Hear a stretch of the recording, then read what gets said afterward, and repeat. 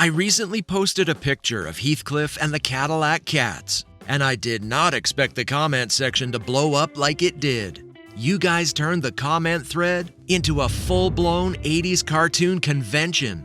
You sang every theme song. You quoted every character. Some of y'all even started a heated debate about who was the real king of cartoon cats, Heathcliff or Garfield. Well, guess what? I read every single comment, and y'all gave me the perfect idea for this video. So today, we're settling it.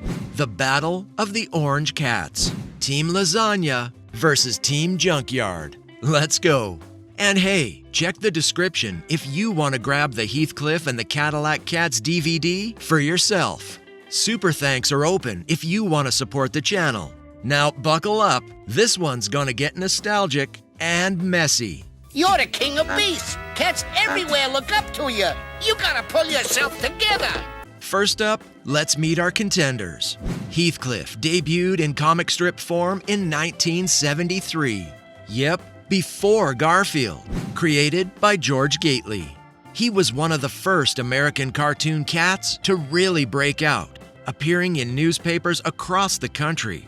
Heathcliff was more than just a mischievous feline. He was a straight-up junkyard brawler, always stealing fish, fighting dogs, and terrorizing delivery men.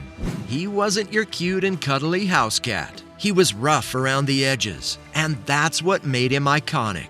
Heathcliff would go on to star in 2 separate animated series, one in 1980, produced by Ruby Spears, and the better-known Heathcliff and the Cadillac Cats in 1984, produced by Deke Entertainment. The second series was where things really took off. That's where we got the Cadillac Cats side characters, the memorable theme song, and Heathcliff's signature trash can top strut. Meanwhile, Garfield, created by Jim Davis, was born in 1978, 5 years after Heathcliff. Garfield was built differently. He didn't want to fight dogs. He wanted to nap, eat lasagna, and roast his socially awkward owner, John Arbuckle. I fixed you something to make it up to you. Lasagna? Uh-huh. Take it away. Take it away. Ah. That's it. Garfield was lazy, sarcastic, and proudly indifferent to everyone around him. Garfield made the jump to TV with Garfield and Friends in 1988, which ran for 7 seasons on CBS. The show was more polished, less chaotic, and leaned heavily into meta-humor.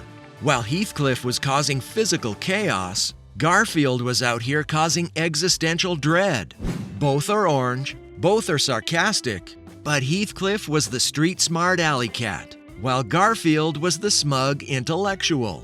Heathcliff picked fights, Garfield picked on people.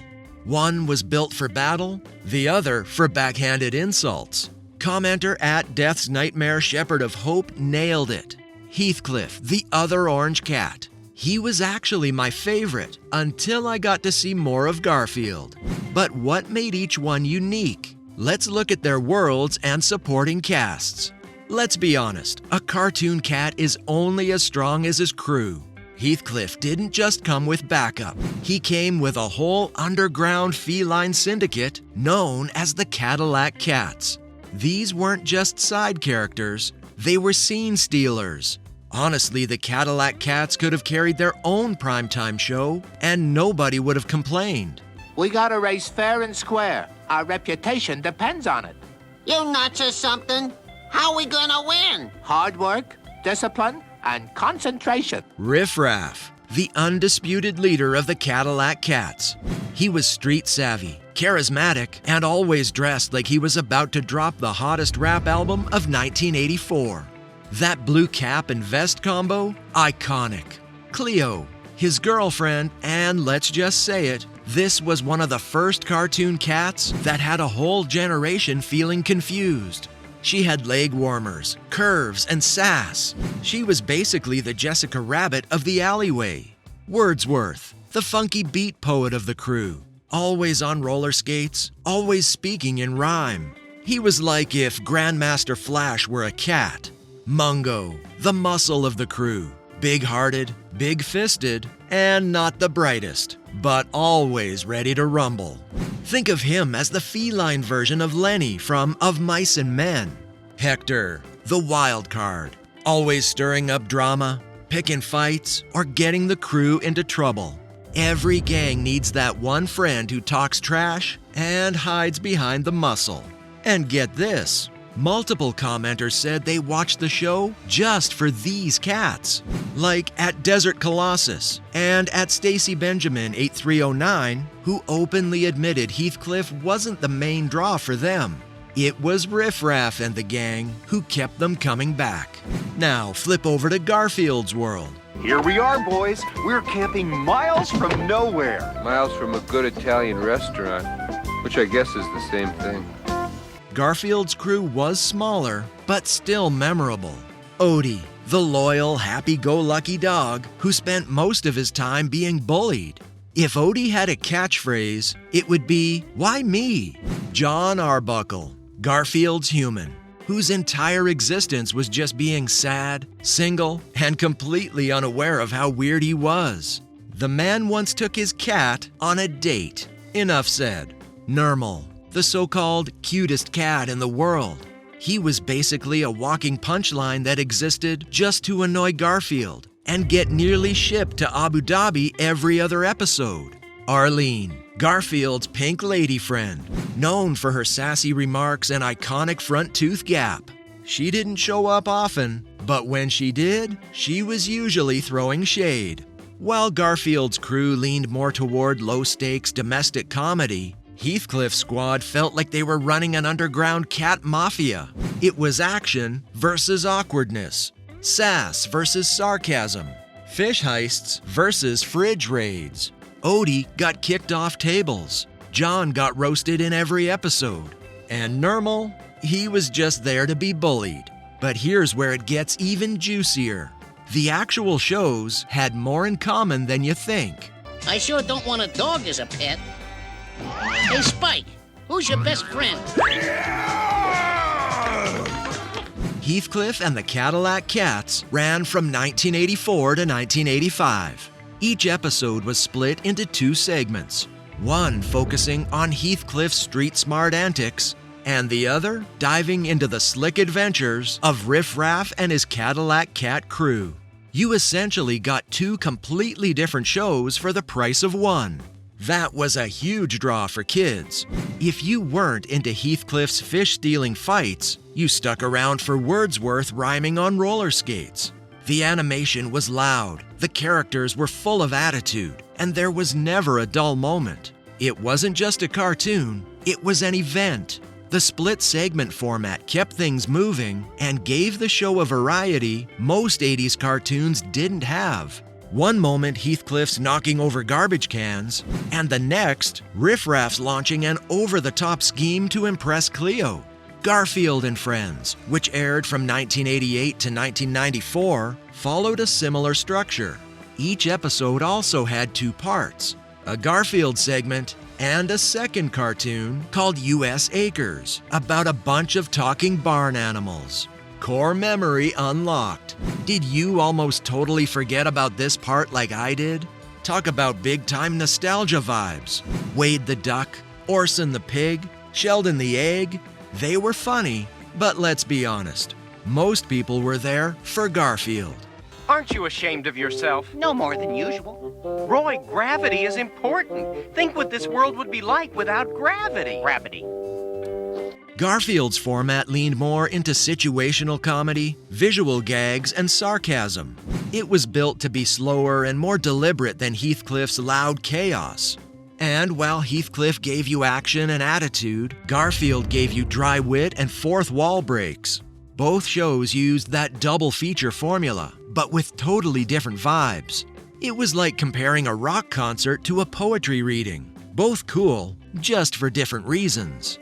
But here's what's wild. Heathcliff's side segment actually became more popular than the main one. Fans loved the Cadillac Cats. They were like a feline Happy Days, smooth, stylish, and full of personality. They had chemistry, swagger, and a real group dynamic. Commenters like @RichardRiley3660 said, "I liked Riff Raff and the gang more than Heathcliff." And that wasn't a rare opinion. The Cadillac Cats were basically the cooler, edgier cousins who stole the spotlight at the family reunion. Meanwhile, U.S. Acres never got that kind of love. Most people forgot it even existed. Ask someone to name a U.S. Acres character off the top of their head, and you'll get blank stares. So who actually had the better show? Let's talk fan love, longevity, and legacy. You can't leave your little friend in trouble. You must go back and help him. Don't listen to him. That Tracer's been nothing but a pain since the moment he showed up. You're right. Heathcliff was the OG. He came first, but Garfield dominated the merch game. Hard.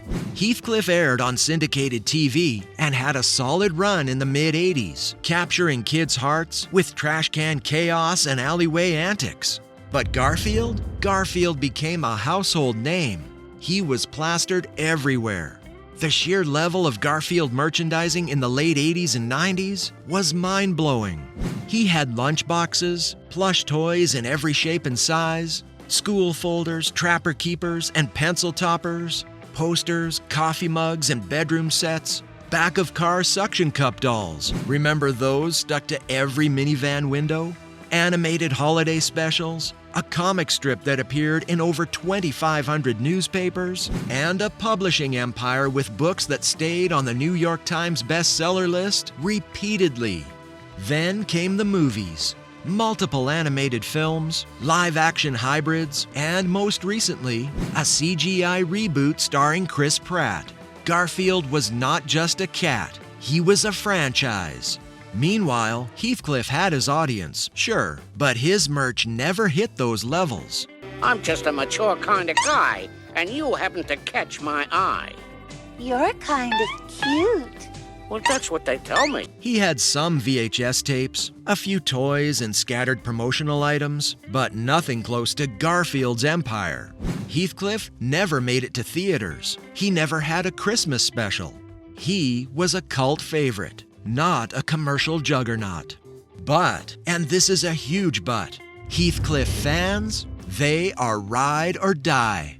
Comment after comment proved that. Heathcliff went hard. At Martel Reed 934. He was my favorite cat growing up. At GapGod78. This show brings back so many memories. At Jesse Padziora 2157. There's a passion behind Heathcliff fandom that goes deeper than just nostalgia. It's almost like people are defending Heathcliff, keeping him alive against the odds. One commenter even said, "I preferred Heathcliff over Garfield. Garfield just talked without moving his mouth." So while Garfield may have won the war for merchandise, Heathcliff still owns a piece of our hearts. But who voiced these cats? The truth might shock you. This part blew my mind. Garfield was voiced by Lorenzo Music, whose mellow, dry delivery became iconic. Arr! Any last words before you walk the plank, matey? Pirate talk. He wasn't just the voice of Garfield. He was Garfield. That chill tone, that half-awake sarcasm, it matched the lasagna-loving cat to perfection. But here's the crazy part. Lorenzo Music also voiced Peter Venkman in the animated Real Ghostbusters series. Yeah, the same character played by Bill Murray in the movies. And rumor has it, Bill Murray wasn't a fan. He allegedly had Lorenzo removed because the voice sounded too much like, well, himself. The irony? Bill Murray would later go on to voice Garfield in the live-action films. Wow, talk about a full circle moment. Heathcliff, on the other hand, was voiced by Mel Blanc. Yes, the Mel Blanc. The man behind Bugs Bunny, Daffy Duck, Porky Pig, Tweety, and about 1,000 other Looney Tunes characters. When you think of legendary voice acting, you think Mel Blanc. And here he was, giving a gritty, raspy life to a troublemaking orange cat. It was like casting Al Pacino to play a cartoon.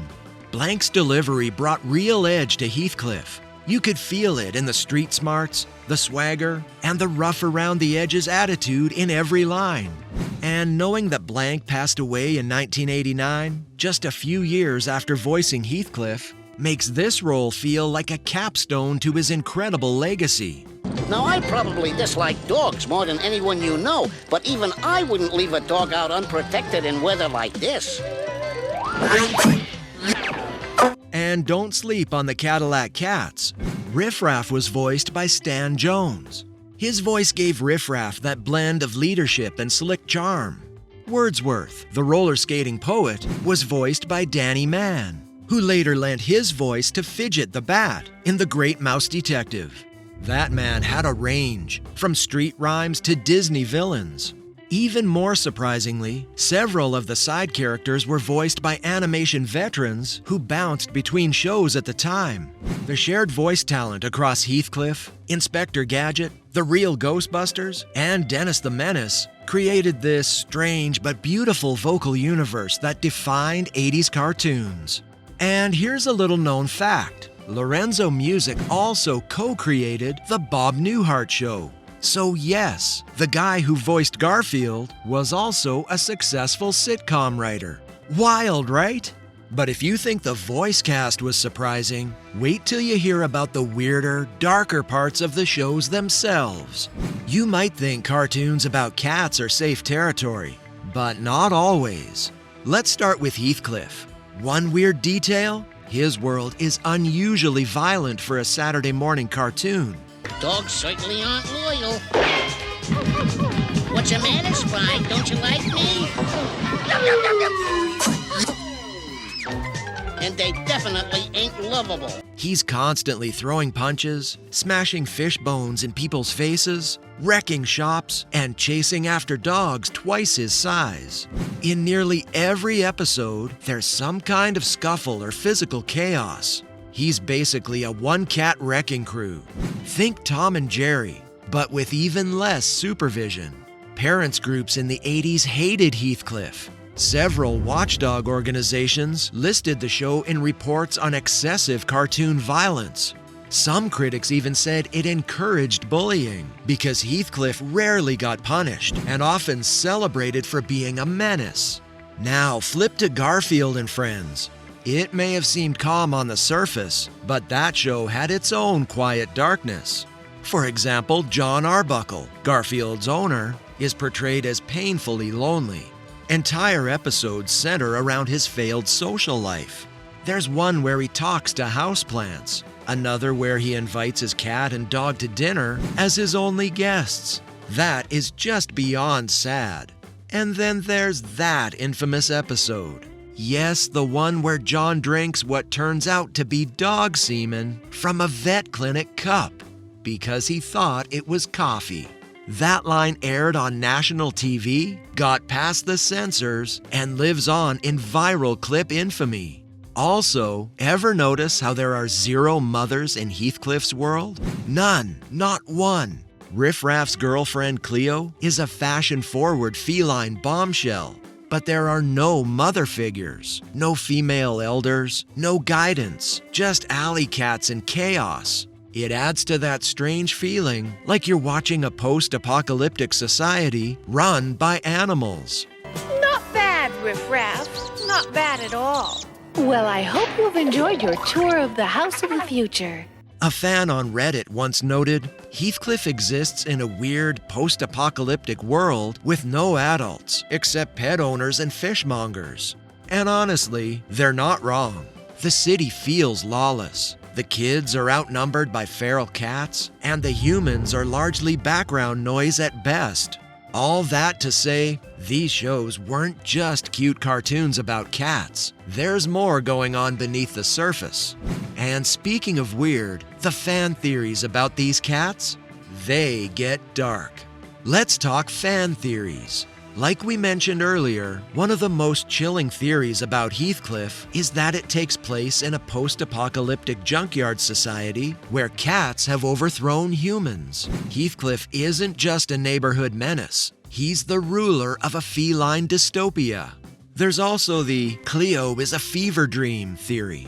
Some fans believe she's not real, just Riff Raff's fantasy girlfriend, which would explain a lot. Now you're talking, hotshot. We'll be famous together when we reach the top. Ah, a new fur coat for me, and all that caviar and milk. As for Garfield, one theory claims that Garfield actually died alone in his house, and everything we see is a hallucination as he wastes away. This was based on a legit spooky series of comic strips Jim Davis released in 1989, where Garfield wakes up in an empty house with no John, no Odie, just darkness. Even Jim Davis had to clarify that it was meant to be existential horror. Let's come back to reality now and talk about each show's lasting legacy. Garfield is still everywhere. He's got movies, memes, video games, even TikToks. Heathcliff, not so much. But he's having a weird internet renaissance. People are rediscovering the bizarre Heathcliff comic panels from recent years. Some of them make no sense, like one where Heathcliff wears a helmet that says "meat" and all the neighborhood cats worship him. A modern cult classic? Maybe. Meanwhile, Garfield got rebooted by Nickelodeon and had a brand new CGI movie. So Heathcliff is more underground nostalgia. Garfield went full mainstream. But before we choose a winner, let's hear more from you. Let's bring it full circle with more gems from the comments that inspired this whole video.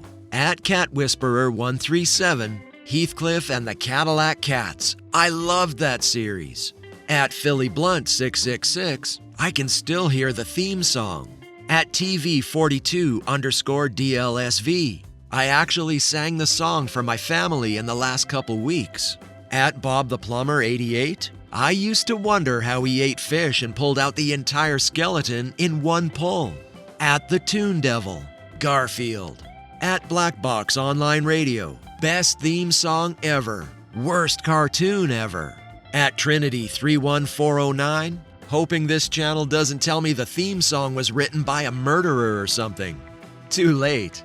This video wouldn't exist without you all, so thank you. Now let's settle it one final time.